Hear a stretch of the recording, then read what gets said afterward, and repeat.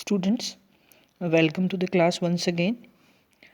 We are doing the dramatic monologue A Grammarian's Funeral by Robert Browning. And in our last class, we came to know through the main disciple that the grammarian devoted his whole life, his all the days and nights, to the study of books with the result that he grew learned. But he also became old before his time. His eyes lost their brightness.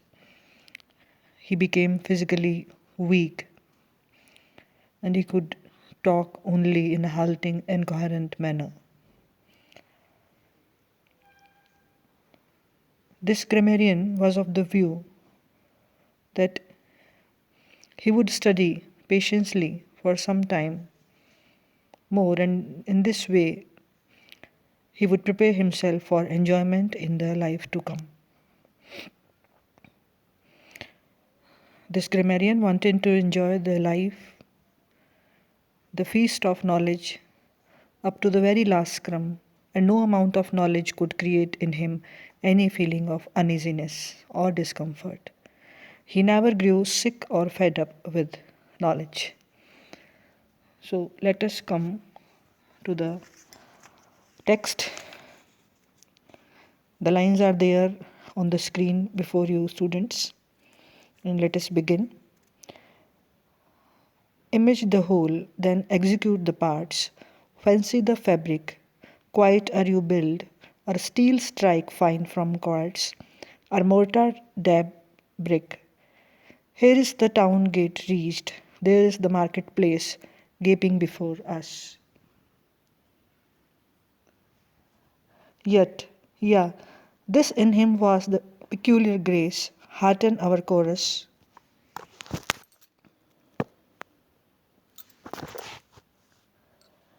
That before living he would learn how to live, no end of learning.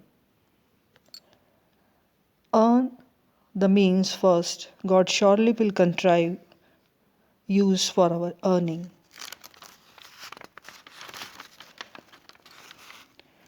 Others mistrust and say, but time escapes.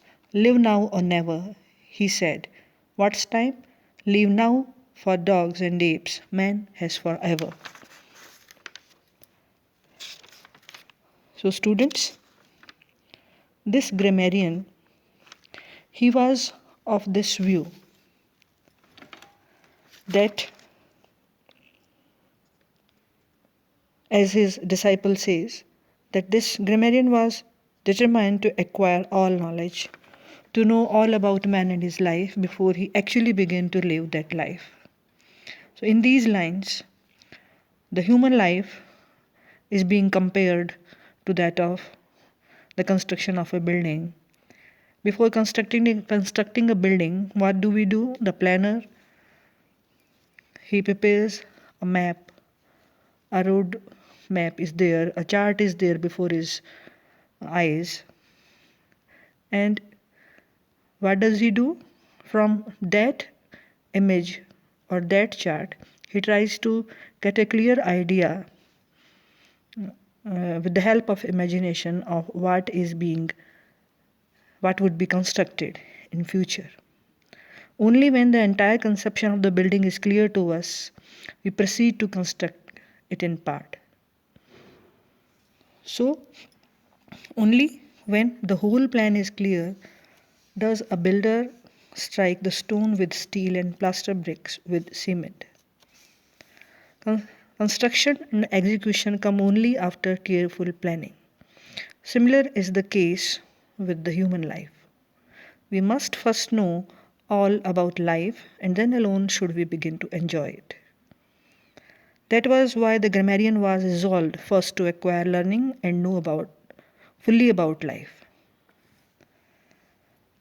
So now they have reached, the group of the disciples have reached at the town gate, and they see the market of the city opening wide before them.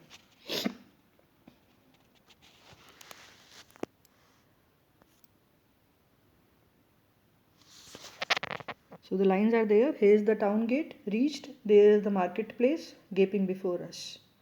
Yes, this in him was peculiar grace. Hearten our chorus. So the funeral procession has reached the town gate and they see the market of the city opening wide before them. So the head disciple asks his companion to take heart as the journey is about to reach its destination. Now they are very near destination. That before living he would learn how to live, no end of learning, earn the means that God surely will contrive, use for our earning. Others mistrust and say, but time escapes. Live now or never, he said. What's time? Live now, for dogs and apes, man has forever. So, the head disciple says that one of the distinctive quality of their teacher was that before beginning to live, he decided to acquire a knowledge, a proper knowledge of how to live properly, how to live well. He decided that he would know fully about the mystery of man and the life that we live on this earth before he began to live and enjoy life fully. There was no end to his learning. His principle was that before beginning to enjoy life, one should understand life because understanding is very necessary for the real enjoyment. He had full faith in God and he was sure that he would grant him long life so that he may put his learning to good use. This scholar knew that human souls does not die. It lives on in some way or other. He did not care for the present, for he had faith in the immortality of the human soul. According to him, only the lower animals like dogs and monkeys, they worry for the present. A well-read person, a scholar, a man, should care for the future alone. That is the life to come. Here, the grammarian tries to prove the superiority of man over animals.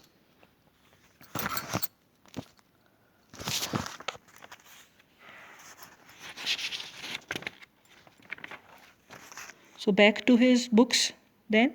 Deeper drooped his head. Calculus raked him, leaden before his eyes grew dross of lead. Theses attacked him. Now, master, take a little rest. Not he. Caution redoubled. Step two abreast, the way winds narrowly. Not a whist troubled. Back to his studies, fresher than at first.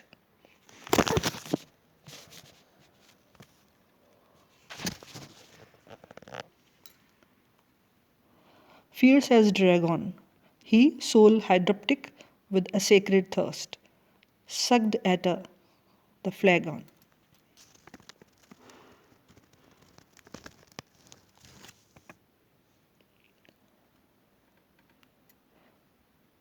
Oh, if we drew a circle premature, heedless of far gain, greedy for break, greedy for quick returns of profit, sure bad is our bargain. So back to his book, then deeper drooped his head, calculus raked him, leaden before his eyes grew dross of lead, to his attacked him. So this master, he engrossed himself to his studies. He became even more absorbed in his studies. The stoop in his shoulders grew worse. He suffered from a stone in the bladder and from various other bodily ailments. His eyes, they become they became dull. Leaden before, his eyes grew dross of lead. Twis attacked him. He suffered from cough and bronchitis. Now, master, take a little rest. Whenever his disciples advised him for rest, not he. His people asked him, advised him. His pupils advised him to take rest, but he wouldn't rest. Now the head disciple asks his companions to be more careful as the winding path is narrow there. Caution readable, step two abreast, the wave winds narrowly. Not a whit troubled, back to his studies, fresher than at first.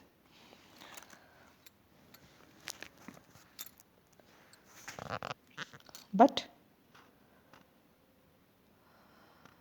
this master didn't pay attention to the advice given by his disciples.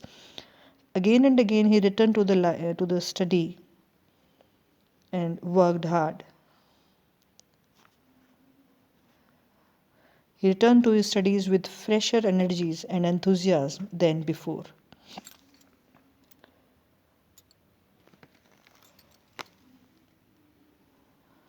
So, this master, back to his studies, fresher than at first, fierce as a dragon, he, soul hydroptic with a sacred thirst, sucked at the flagon. With the energy of a dragon, he drained the cup of knowledge as he were thirsty with the soul thirst, like a tropical person who was an insatiable, who has an insatiable thirst for water. Oh, if we draw a circle premature, heedless of far gain, greedy for quick return of profit, sure bad is our bargain. So, the dead grammarian, he had many noble ambitions. He didn't care for the gain or profit here on this earth. His aims were higher. He aimed at reward in the life to come. He was not among those people who had narrow, limited ambitions. Such peoples are loser in the long run.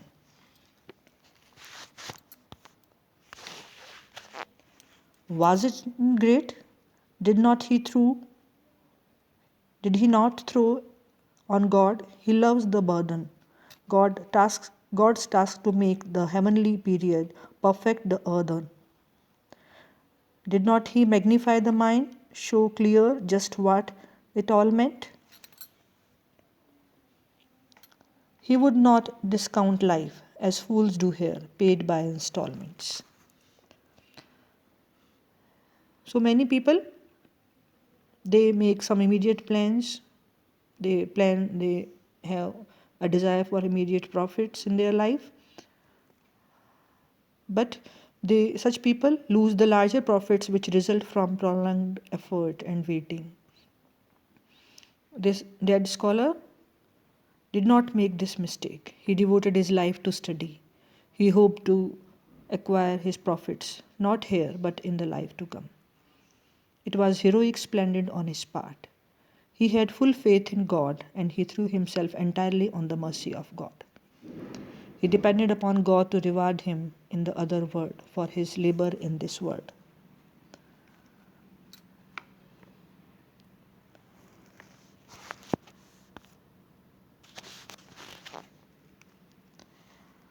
He ventured neck or nothing, heaven's success found or earth's failure.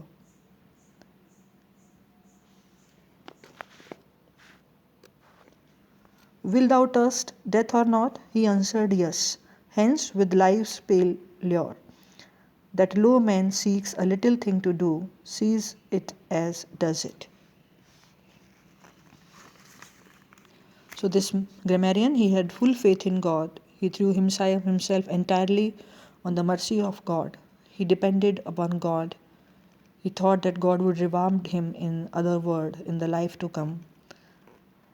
He had full faith that God alone could make life in the heaven perfect and complete the life in his world.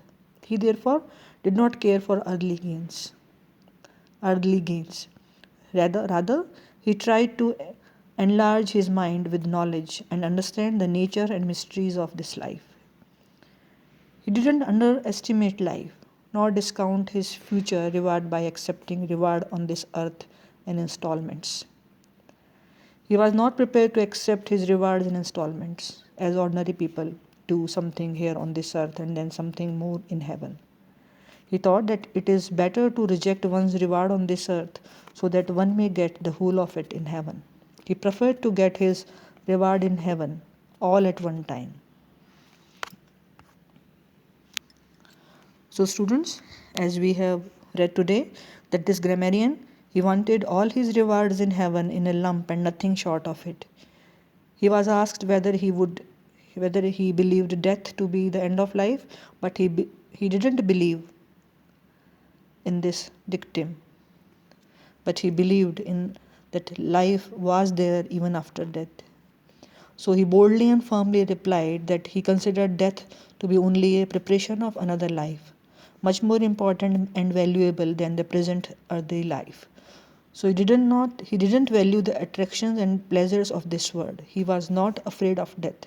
Rather, he welcomed it. So students, this much for today. We will continue with this dramatic monologue in our next class. Thank you very much.